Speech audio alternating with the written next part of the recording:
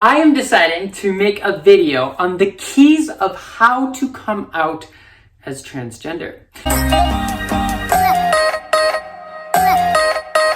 Hello everyone, my name is Jamie, and as you know, I am a health and well-being coach at my coaching practice, Whole You Health. And I help people who are tired of being someone they're not finally live into being that person of who they want to be and be proud and out about it. So that's what I do, and if you want to learn more, go to my website, www.wholeyouhealth.com. Additionally, I want to tell you all about an awesome opportunity. I'm a coach, and I want you to all try this. So I have a Try Coaching for Free event coming up March 13th through the 15th. And if you want to sign up with me, you definitely can. And if you don't want to sign up with me, that's okay, because I have 7 other awesome colleagues who are also hosting free coaching that weekend. So please sign up. It is going to be awesome. We cover such a wide range of topics, from LGBT challenges to health at every size to nutrition to so many things. Mamas, any mamas out there? Yes, come and try us out. It's going to be an awesome time, and I want you to come and visit. All right, let's get back to this video. In my practice as a coach, one of the things that I help with the most is coming out.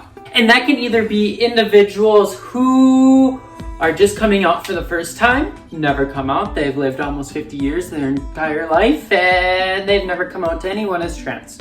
Or maybe you're 20, maybe you're somewhere in between, or maybe you're someone who has been transitioned for multiple years now. You slipped into that stealth life, and you feel like living as stealth as you are isn't necessarily the best for you. So you are needing to tell a few more people that you're out and you're trans, but coming out that time is super scary.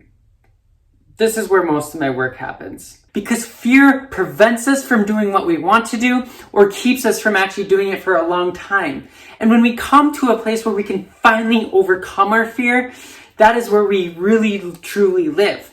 Because I really believe that if we're living in fear all the time, we're not truly living at all. And I can really relate to this. My own story is I lived as stealth.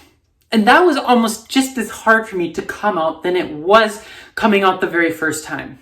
And there's one particular day where I remember, and I share this story often, where I was really making an effort to come out as trans. And where's the best place to do that at? With other trans people. So I decided that I'm going to go to a support group that helps trans individuals. So I get in my car, I'm driving there, and I pull up. I pull up to the house where there's this trans support group. I haven't been to a trans support group in years at this point. And I'm sitting in the car and I'm staring directly at the door. I'm seeing people walk in. I put my hands on the steering wheel. Start to white knuckle a little bit. My hands were trembling. I got this sick feeling in my gut, and I was so nervous. I didn't think I could go in. My body was full of fear, and I don't know why. I hadn't come out as trans in a long time. These were people that I knew that would openly accept me as who I was. But I still was being controlled by fear, and I ended up not going in. I ended up not going in because I was so fearful of what would happen to me if I go through that door. Because I knew that if I came out as trans,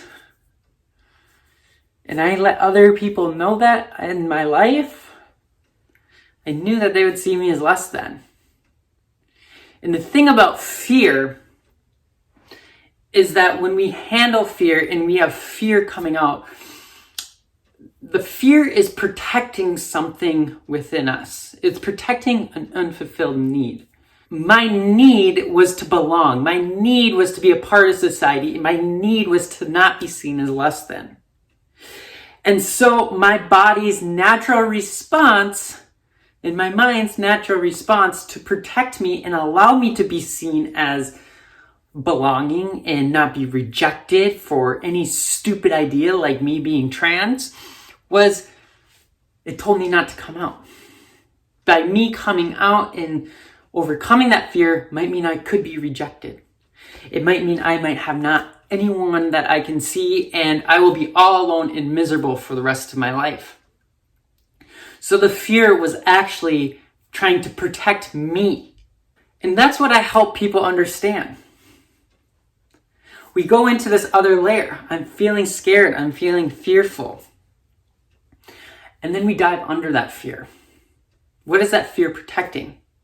What it's protecting is a space where you can belong. So many people don't come out because they're fearful of being rejected. And when you're rejected, your social needs aren't met. You don't have family, you don't have friends, and you're all alone. And that loneliness is worse than living as the way you are.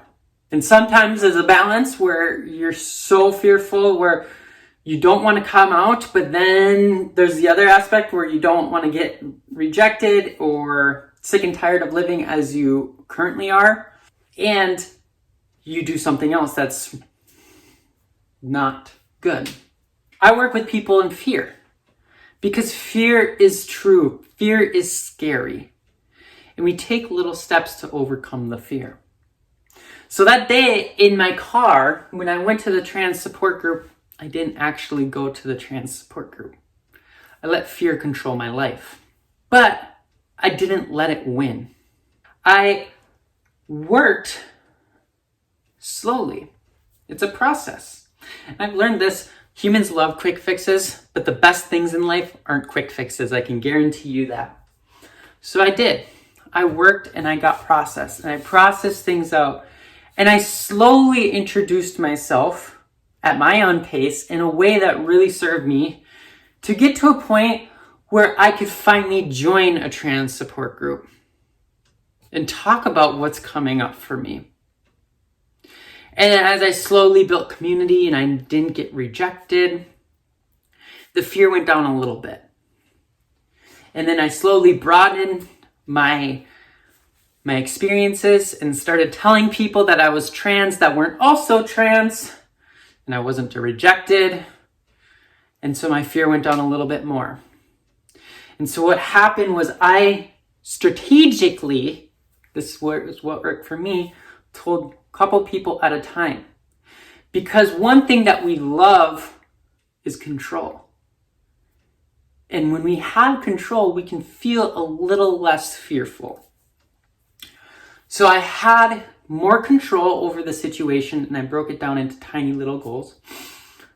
And I was able to come out to one person, then the next person, then the next person. And then I finally came out to a cisgendered male who is heterosexual, who loved the fact that I was trans and saw me more than. And that really boosted my confidence, and that continued to grow.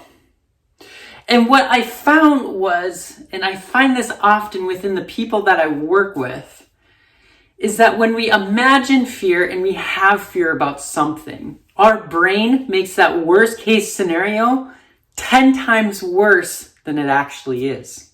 So even though you might think that the fear might cause like a scale 1 to 10, a 10 out of loneliness, what we find is it actually doesn't get to a 10. It gets to like a 6 or a 7, and we can build resiliency. And that's worst case scenario. I'm not talking best case scenario, because best case scenario is you get to breathe and you're calm and you get to relax and you get to be you. So that's what I help people with. I help people overcome the fear. And this is something that I have done myself, and it is really challenging. I'm not saying there's things that are fearful in my life, but we take it slow. So this is one key to coming out. And having a successful coming out and transition story is helping you gain the confidence to overcome fear. If you're interested, come out, try coaching for free weekend, and you access my schedule at the website below. I would love to see you. It's free. You get 45-minute session one-on-one. I would love it. Please join. And I hope you all have a great rest of your day.